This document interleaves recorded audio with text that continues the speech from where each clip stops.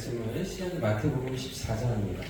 마태복음 14장 13절부터 21절까지의 말씀을 같이 찾겠습니다. 신약성경 마태복음 14장 13절부터 21절까지의 말씀입니다. 교독해서 한 절씩 읽겠습니다.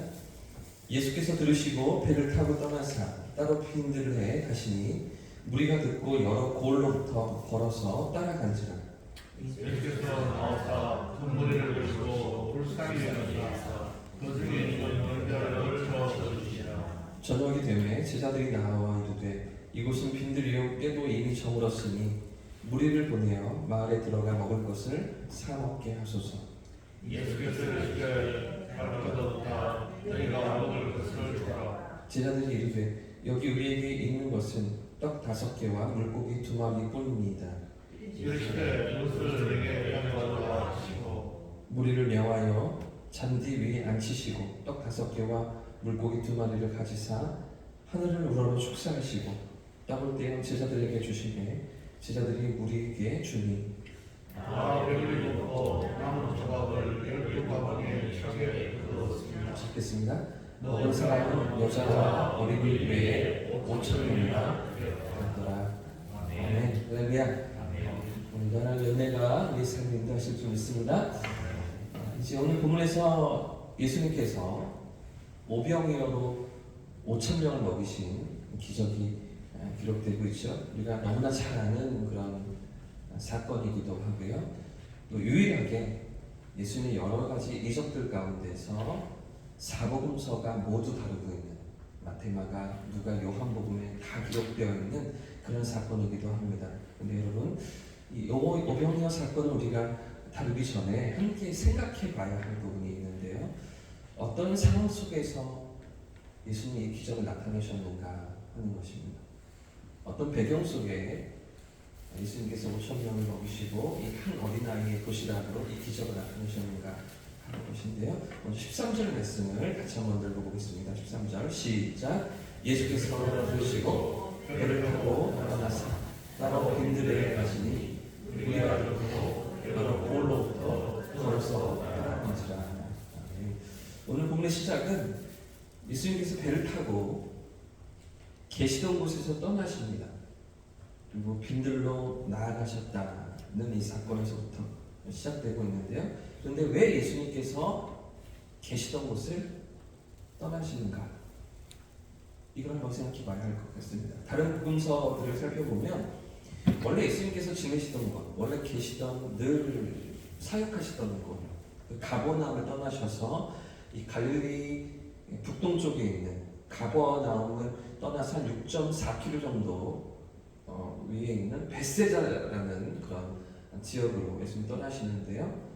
그런데 그곳이 빈들이었다라고 마태는 기록하고 있죠. 왜 예수님께서 가버나움을 떠나셔서 벳세다로 향하셨는가 하는 것이죠. 왜 배를 타시고서 이곳으로 향하셨는가 하는 것입니다. 그 이유는 방금 읽었던 13절 말씀의 첫 시작 부분에 있습니다. 예수께서 들으시고 인 것이죠. 지금 예수님께서 무슨 이야기를 들으시고서 그리고 움직이시는 상황입니다. 그럼 예수님께서 무슨 이야기를 들으셨습니까? 바로 앞에 있는 부분이죠. 우리 지난주에 여기 살펴보았던 세례 요한을 죽인 헤롯이 했던 이야기가 있습니다. 그 이야기가 예수님께 들려왔던 것이죠. 그 헤롯이 했던 이야기를 들으시고 예수님께서 움직이시는데요. 14장을 보면 위에 1절과 2절 말씀을 보십시오. 제가 읽어드리겠습니다. 그때 분봉왕 헤롯이 예수의 소문을 듣고 먼저 헤롯이 예수님의 이야기를 듣습니다. 그리고 말하는데 그 신하들에게 이르되 이는 세례 요한이라. 예수님을 향해서 세례 요한이다. 그가 죽은 자 가운데서 살아났으니 그러므로 이런 능력이 그 속에서 역사하는도다 하니라 하면서 세례 요한을 참수하는 그 사건이 쭉 뒤에 이어지고 있죠. 그러니까 지금 2절 말씀에서 14장 2절 말씀에서 13절로 연결되고 있는 것입니다.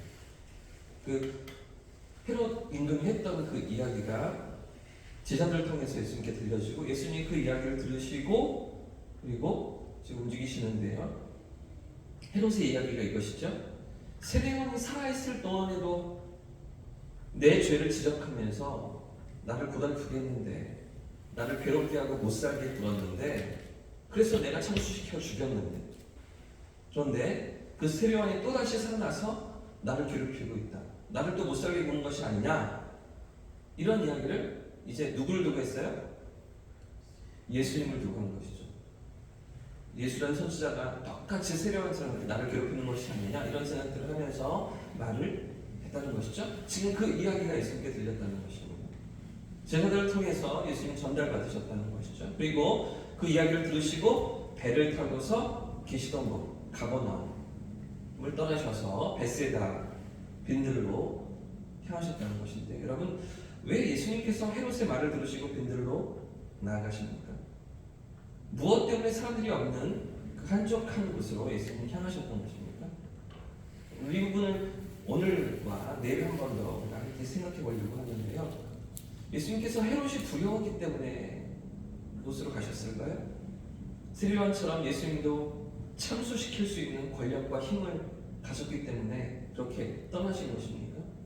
그래서 가버나움에 계신 것을 누군가 밀고하고 또 헤롯에게 알릴 것이 두려워서, 그래서 예수님께서 사람들이 없는 곳으로 피해 가신 것입니까? 그렇지가 않겠죠? 우리가 지금까지 살펴봤던 예수님의 모습은 그런 것들을 두려워하시는 모습이 아니었습니다. 그 대단한 유대교의 종교 지도자들 앞에서도 그들의 실체를 드러내시고, 그들도 얼마든지 예수님을 공격할 수 있고, 그죠? 핍박할 수 있음에도 불구하고 그들의 영적인 가난함을, 눈먼 상태를 낱낱이 벌거벗기시면서 지적하시고 드러내시던 그런 예수님이셨잖아요. 그런데 왜 지금은 헤롯을 피하시는 것일까요? 왜 헤롯이 했던 이야기를 들으시고 베세다, 이 빈들로 나아가시는 것입니까? 주님의 때가 아직 이르지 않았기 때문입니다. 예수님의 때가 아직 오지 않았기 때문입니다. 무슨 얘기냐면, 아직은 예수님께서 십자가에 죽으실 때가 오지 않았다는 것입니다. 지난주에도 말씀드린 것처럼 약 2년 정도의 공생의 기간이 지난 상황이었고요. 아직 1년 정도의 사역들이 더 남아있는 것입니다. 더 중요한 것은 예수님이 기다리시는 때, 하나님께서 준비하신 때는 따로 있는 것이죠. 하나님의 때, 예수님이 기다리시는 때가 언제입니까? 6월절입니다.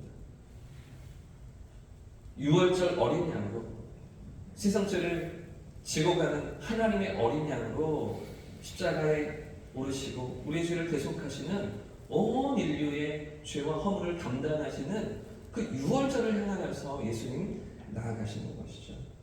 그때가 바로 하나님 준비하시고 계획해 놓으신 때였던 것입니다.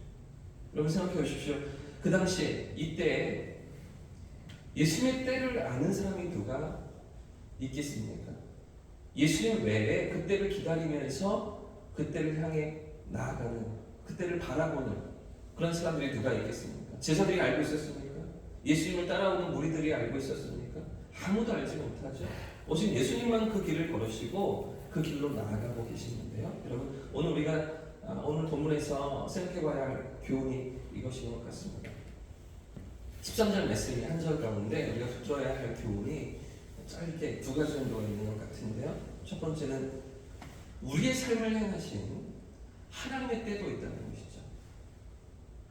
예수님의 때, 예수님이 준비하시고 기다리던 때가 있는가 하면 우리의 삶을 향하신, 우리 각 개인을 향하신 하나님의 때도 있다는 것입니다. 여러분, 물론 우리가 예수님처럼 구약을 성취하고 하나님의 약속을 성취하는 그런 때가 있다는 것은 아닙니다. 그러나 여러분, 예수님께서 이 땅에 오실 때에 하나님께서 준비하셨던, 계획하셨던 그때가 있었던 것처럼 오늘 우리의 삶을 이곳에 보내시면서 하나님께서 계획하시고 준비해 놓으신 그 뜻과 섭리가 있는 것이죠.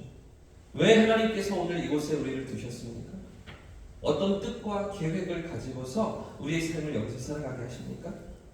측량할 수 없는 지혜로 온 우주를 다스리시는 하나님께서, 이 세상을 운영하시는 하나님께서 오늘 우리의 삶을 이곳에 심으실 때 그분의 작정과 계획 속에 우리를 두신 것이죠. 우리의 삶을 향한 하나님의 뜻과 그분의 때가 있다는 것입니다. 여러분, 자연 만물을 보아도 다 때가 있지 않습니까? 봄의 시작을 알리는 꽃이 있습니다. 그런가 하면 봄에 한복판에서 피는 꽃들도 있습니다. 또 여름의 시작을 알리는 요즘에 피는 꽃들이 있습니다.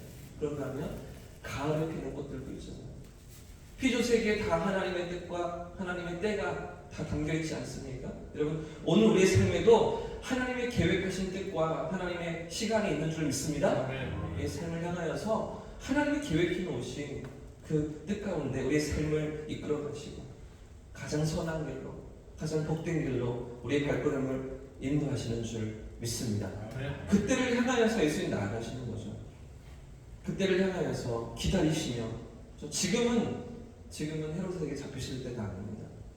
지금은 그 고난을 당하시고 죽임을 당하실 때가 아닌 것이죠. 그때를 향하여서 피해 계시는 것입니다. 잠시 그 상황을 피하시고 그때를 기다리시는 예수님이신데요.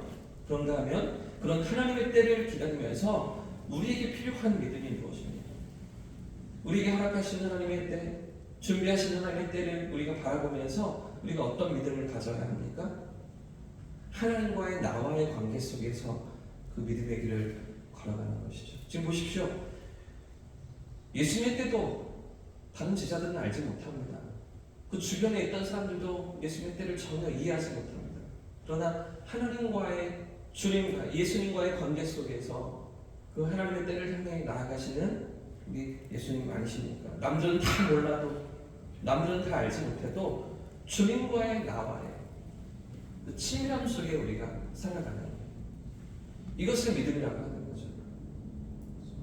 다 각자에게 주신, 서로에게 삶의 다른 모습으로 주신 하나님의 그 때를 각자가 바라보면서 나에게 허락하신 믿음의 길을 걷고 나에게 주신 그 부르심을 향해 나아가는, 각자에게 주신 사명대로, 삶의 자리대로, 은사대로, 믿음의 분량대로 그 삶의 걸음을 걷는 것을 성경이 신실함이라고, 충성스러움이라고 하는 것 아니겠습니까? 사랑하는 여러분, 나에게 주신 하나님의 부르심이 어디에 있는지, 나를 향하신 하나님의 뜻과 계획이 어디에 있는지, 내 삶을 오늘 이 자리에 두신 하나님의 그 선하신 계획이 무엇인지를 붙잡으면서 믿음의 길로 나아가는 저와 성도님들 되시기를 예수님의 이름으로 축복합니다. 그런 믿음의 삶을 살아내는 또 이 여름이 되시고 주님 앞에서 친밀한 사귐을 누리는 저와 성도님들 되시기를 주님의 이름으로 축복합니다. 우리 찬송하고 기도하겠습니다.